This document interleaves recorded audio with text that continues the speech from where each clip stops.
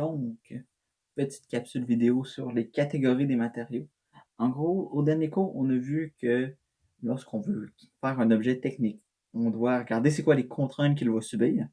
Selon les contraintes qu'il va subir, on a aussi les caractéristiques des matériaux qui vont un peu nous aider à nous guider dans s'il y a cette caractéristique-là, ce matériau-là, il va réagir de cette façon-là à ces contraintes-là. Maintenant, on peut faire des catégories de matériaux. Selon ces catégories-là, on est capable de savoir en général comment est-ce que les métaux et les alliages vont réagir à certaines contraintes parce qu'ils vont tous relativement se ressembler. Dans une catégorie, ils ne sont pas tous pareils, mais généralement, les caractéristiques vont se ressembler. Donc, on a 4 principales catégories qu'on va voir ici. Les métaux et les alliages, les céramiques, les plastiques et les matériaux composites. Premièrement, les métaux et les alliages. C'est quoi un métaux? Les métaux, c'est lorsqu'on prend un minerai, donc exemple un minerai de fer, et lorsqu'on extrait le fer qui est extrait du minerai est un métaux. C'est la même chose pour de l'aluminium, pour du cobalt, du nickel. C'est tous des métaux qui sont extraits de certains minerais. Lorsqu'on parle d'un alliage, un alliage, c'est quoi? C'est si je prends un métaux et je rajoute une autre substance. Par exemple, du carbone. Si je mets du fer et du carbone, ça va me donner de l'acier. Si je mets du fer, du carbone et une certaine quantité de cobalt, ben là, ça va me donner de l'acier inoxydable. Donc, du stainless steel, si vous voulez. Donc, on peut mettre comme exemple le cobalt que je viens de mettre, c'est une substance métallique. Désolé. Donc, que ce soit une substance métallique ou non que je rajoute, c'est quand même intéressant parce que j'ai beaucoup de choix. Mais je peux pas rajouter ce que je veux parce que des fois, si je rajoute une substance, exemple, je rajoute trop de cobalt dans mon alliage de fer, de carbone, mais là, je mets trop de cobalt, il va pas bien se tenir, cet alliage-là. Donc, il y a quand même des ratios qu'il faut suivre, il faut faire attention.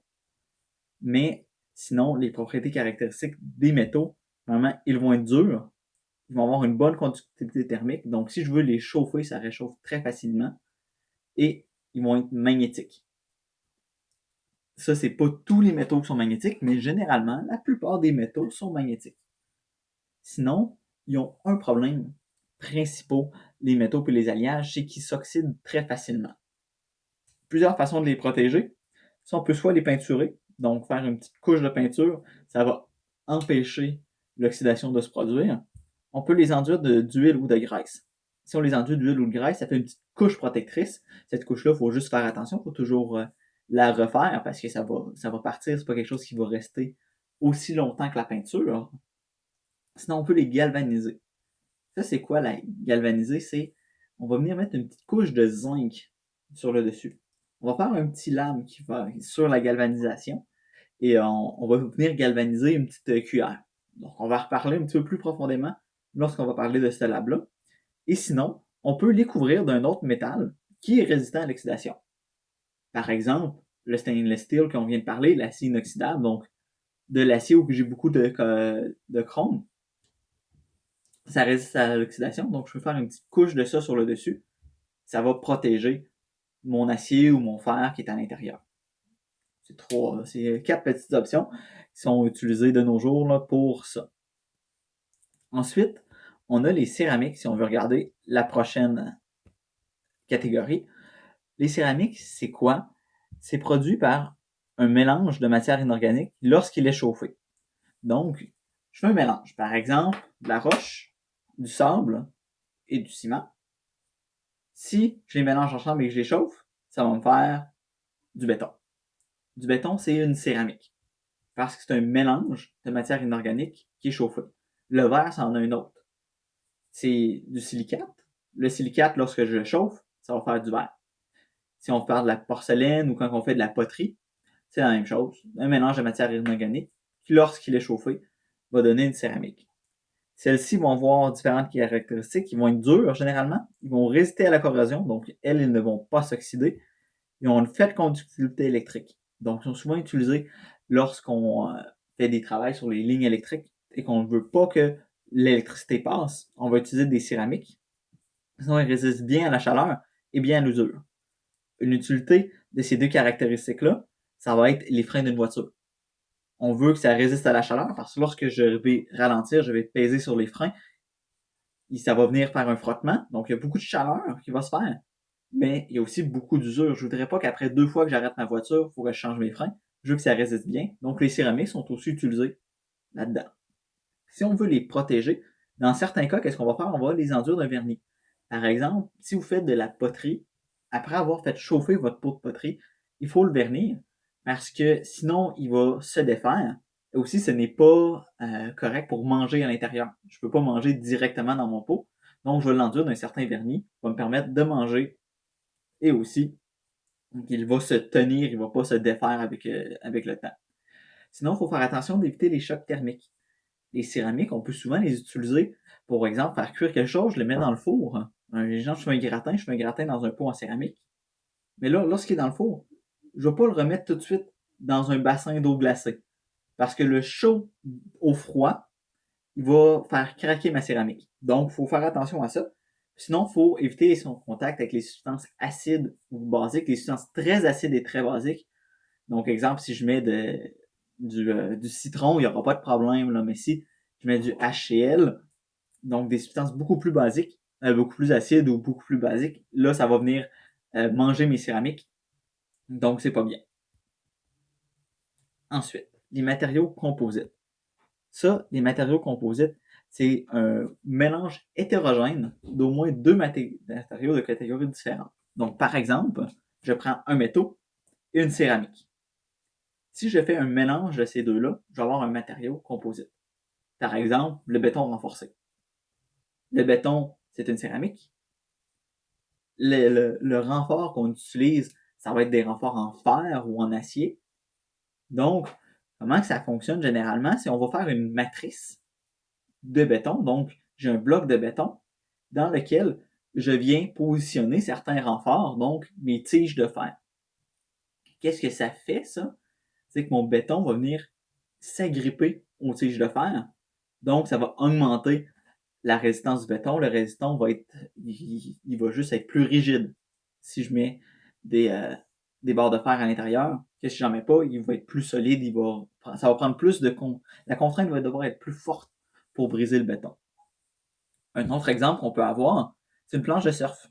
Une planche de surf, généralement, il y a plusieurs façons de les faire, mais ça va être une matrice en plastique. Donc, ma planche de surf, ça va être un gros morceau de plastique. Sauf qu'à l'intérieur, je mets des renforts en fibre de verre.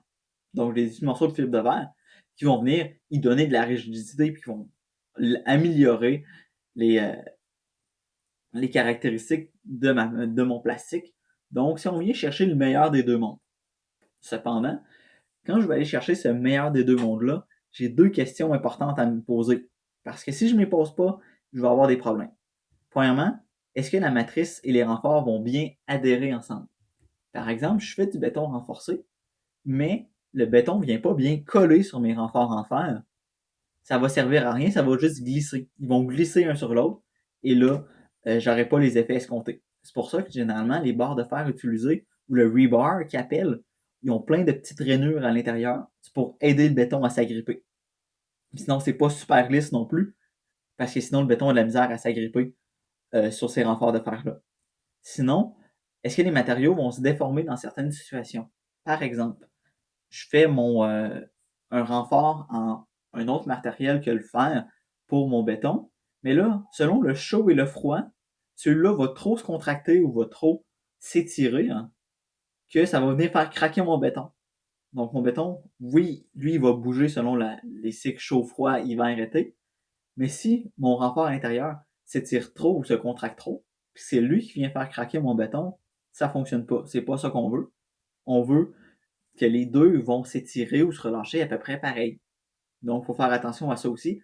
Est-ce que les deux vont réagir de la même façon, généralement, aux mêmes contraintes ou aux mêmes situations? Donc, c'est ça pour les matériaux composites. Sinon, les matières plastiques. Les matières plastiques, ça, c'est des polymères. Donc, c'est une suite de molécules dans lesquelles on va ajouter d'autres substances.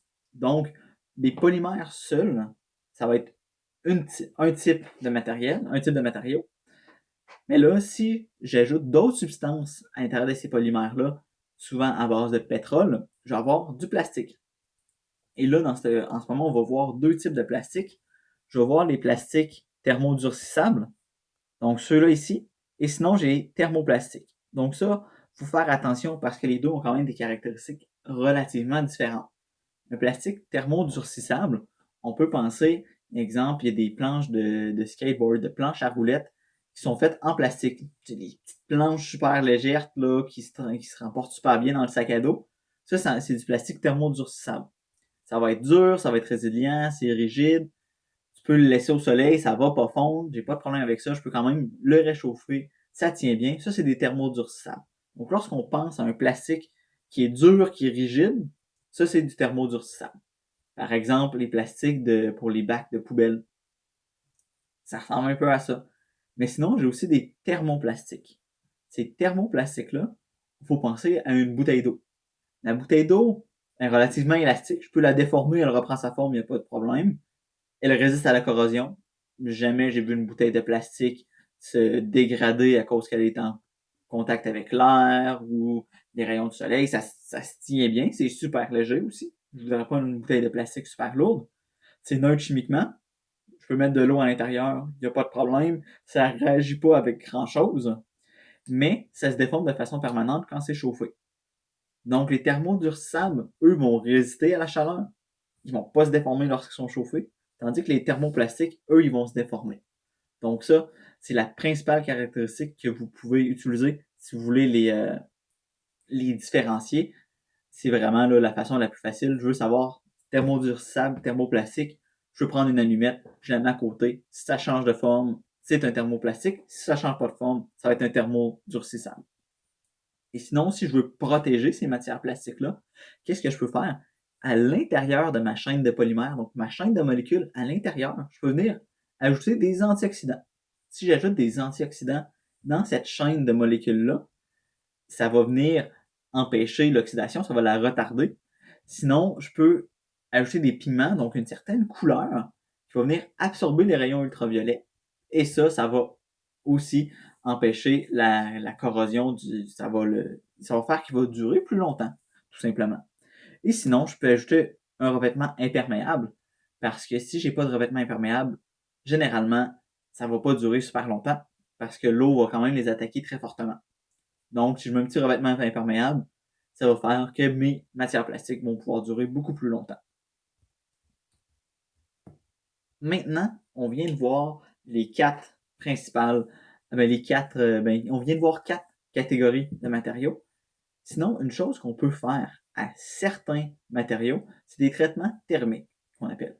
Les matériaux sur lesquels on peut faire des traitements thermiques, ça va être ces trois-là ici. La majorité des métaux et des alliages, on peut faire des traitements thermiques. Qu'est-ce que ça va faire? Ça va venir modifier leurs propriétés caractéristiques. Sinon, le verre aussi, je peux faire des traitements thermiques au verre et je peux le faire au bois. Ici, je vais principalement prendre l'exemple des métaux et des alliages. Je vais parler rapidement sur le verre et sur le bois, qu'est-ce qu'on peut faire comme traitement thermique. Traitement thermique, j'en ai trois principaux. J'en ai un quatrième qu'on utilise, mais c'est plus spécifique en tant que tel. J'ai la trempe, le revenu, le recuit. Et sinon, tu as d'autres traitements. Ça va être des traitements superficiels. Généralement, c'est soit je fais une trempe, un revenu ou un recuit, mais sur une zone spécifique de mon objet technique. Donc là, je ne veux pas aller plus loin là-dedans, mais si on comprend principalement la trempe, le revenu et le recuit, les autres, ça va être souvent une trempe, un revenu ou un recuit, mais juste sur une zone spécifique, souvent à l'extérieur. Par exemple, mon engrenage, c'est seulement les dents de mon engrenage qui vont subir ce traitement thermique-là. Qu'est-ce que ça fait Qu'est-ce que ça fait la trempe? La trempe, premièrement, qu'est-ce que c'est? C'est lorsqu'on chauffe le métal à haute température et ensuite je vais venir le refroidir rapidement. Si je le refroidis rapidement, qu'est-ce qui va se passer? Celui-là, la structure moléculaire interne va changer et à la fin, je vais arriver avec un fer ou un alliage de fer, par exemple, si je prends un katana. Mon katana, initialement, était relativement dur, mais après la trempe, celui-là va être très, très dur. Donc, ça va augmenter la dureté de mon alliage, mais plus il va être dur, plus il va être fragile. Donc, j'ai un positif et un négatif.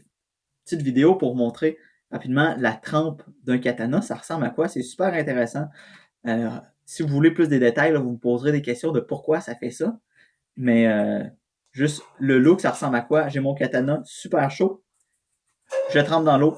Et en ce moment, vous voyez, il se plie, le fer travaille.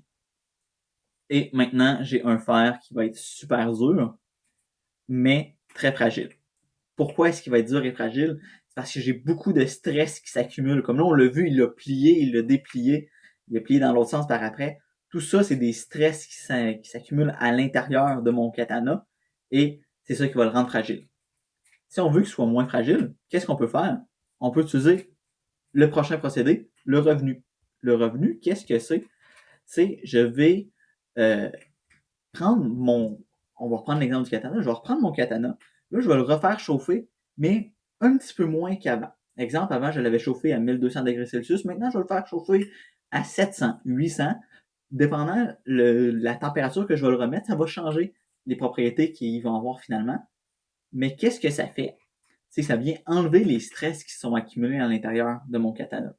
Si j'enlève ces stress-là, je vais perdre un petit peu de dureté, oui, mais mon acier va aussi être beaucoup moins fragile. Donc, lorsque je vais pouvoir donner un coup, par exemple, là, l'épée va pas casser, elle va plutôt se tenir ou elle va plier. Donc, ça, à un certain point, ça va faire que le katana est moins rigide et va être un petit peu plus élastique. Donc, c'est ça qu'on veut. Je voudrais pas qu'à toutes les fois que je donne un coup avec mon katana, il casse parce qu'il est trop fragile. C'est beau qu'il soit dur, mais on veut un juste milieu. Donc, ça, c'est pour le revenu. Et sinon, on a le recuit.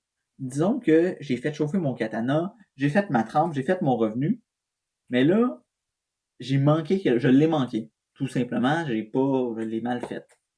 Qu'est-ce que je peux faire? Je peux réchauffer mon alliage d'acier, mon alliage de fer ou quoi que ce soit à une certaine température qui dépend de chacun des alliages. Lorsque je le réchauffe, ensuite je le laisse refroidir, mais là, d'une façon très contrôlée, donc très lente. Et qu'est-ce que ça va faire? Ça va faire que mon alliage va reprendre ses caractéristiques initiales. Donc, au début, il était d'une certaine façon. J'ai fait une trempe, j'ai fait un revenu. Si je fais un recuit, je retourne à l'étape 1. Donc, c'est je fais un petit peu, je paye sur le bouton reset de mon épée ou de ma calculatrice, je fais des changements, je fais reset en arrière, je la redémarre. C'est un petit peu ça que je fais avec mon alliage. Ça repart à zéro. Donc, c'est pratique lorsque je me trompe. Ou par exemple, lorsque je fais des soudures. Lorsqu'on fait de la soudure, ça vient réchauffer souvent très rapidement une certaine zone. Puis ensuite, elle va refroidir. Souvent, quand même rapidement aussi. Et ça fait un petit peu un effet de trempe. Ça vient durcir et fragiliser cet endroit-là. Mais des fois, on veut pas que ce soit fragile. On veut que ce soit quand même plus élastique. Donc, qu'est-ce que je peux faire? Je peux effectuer un recuit aux endroits où j'ai fait mes soudures. Ça va me permettre de faire un petit retour à l'arrière, un petit peu un CTRL-Z pour effacer mes erreurs ou ces caractéristiques-là que j'ai ajoutées que je ne voulais pas. Donc, c'est ça pour le revenu et le recuit. Si on fait un petit retour, on a dit que les traitements thermiques se faisaient aussi sur le verre et le bois. Le verre et le bois, c'est lorsque j'ai un verre et que je veux faire du verre qu'on dit trempé. J'ai déjà entendu parler du verre trempé. Ça va être exactement ça. Si j'effectue de la trempe sur du verre, donc je vais avoir un verre il va avoir des propriétés différentes. Sinon, le bois, lorsqu'on parle des traitements thermiques dans le bois, c'est si je prends un chalumeau, par exemple, et je viens brûler mon bois, brûler l'extérieur de mon bois, il y a une certaine résine qui va ressortir. Et cette résine-là va venir le protéger relativement, va faire que mon bois va être un petit peu plus imperméable, mais aussi que mon bois, il va moins pourrir. Donc, sur le bois, c'est principalement ça qu'on peut faire là, comme traitement thermique. Il en a d'autres, mais principalement là, un qui sort rapidement, ça va être celui-là. Ce qui est le plus important en ce moment, ça va être la trempe, le revenu et le recuit. Qu'est-ce que ça fait? Donc, la trempe, ça va venir augmenter la dureté. Donc, la trempe, ça augmente la dureté, mais ça vient aussi augmenter la fragilité. Sinon, le revenu, lui, qu'est-ce qu'il fait? Il vient diminuer la dureté et il vient aussi diminuer la fragilité. Donc, ça vient faire un petit peu ça vient chercher le juste milieu. Selon le juste milieu que je veux, ben, je fais un revenu à différentes températures. Et le recuit, on peut le voir comme un redémarrage ou un retour vers l'arrière. Donc, je reviens avec mes caractéristiques initiales.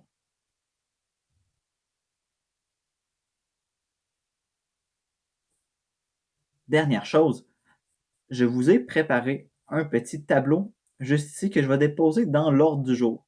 Ce petit tableau-là, je ne vous demande pas de le compléter pour ce cours-ci. Cependant, je trouve que c'est quand même un très bon outil pour l'étude. Par exemple, à l'examen, c'est un petit résumé de tout. Donc, les métaux et les alliages, c'est quoi ce matériau? D'où il vient? Vous pouvez écrire à cet endroit-là ces choses-là. Les céramiques, même chose. Les matériaux composites, c'est quoi cette chose-là? C'est quoi les matières plastiques? Une petite description rapide dans vos mots. C'est quoi les caractéristiques principales? Et je vous conseillerais vraiment de le remplir. Peut-être pas pour aujourd'hui, si vous avez le temps, encore mieux. Mais ça serait, exemple, après votre étude, là, vous étudiez pour l'examen, je viens remplir ça. C'est un bon petit résumé que je viens de me faire. Vous pouvez le faire tout de suite et l'utiliser comme un résumé pour vous aider à étudier. Je vous laisse décider à ce niveau-là qu'est-ce que vous voulez faire.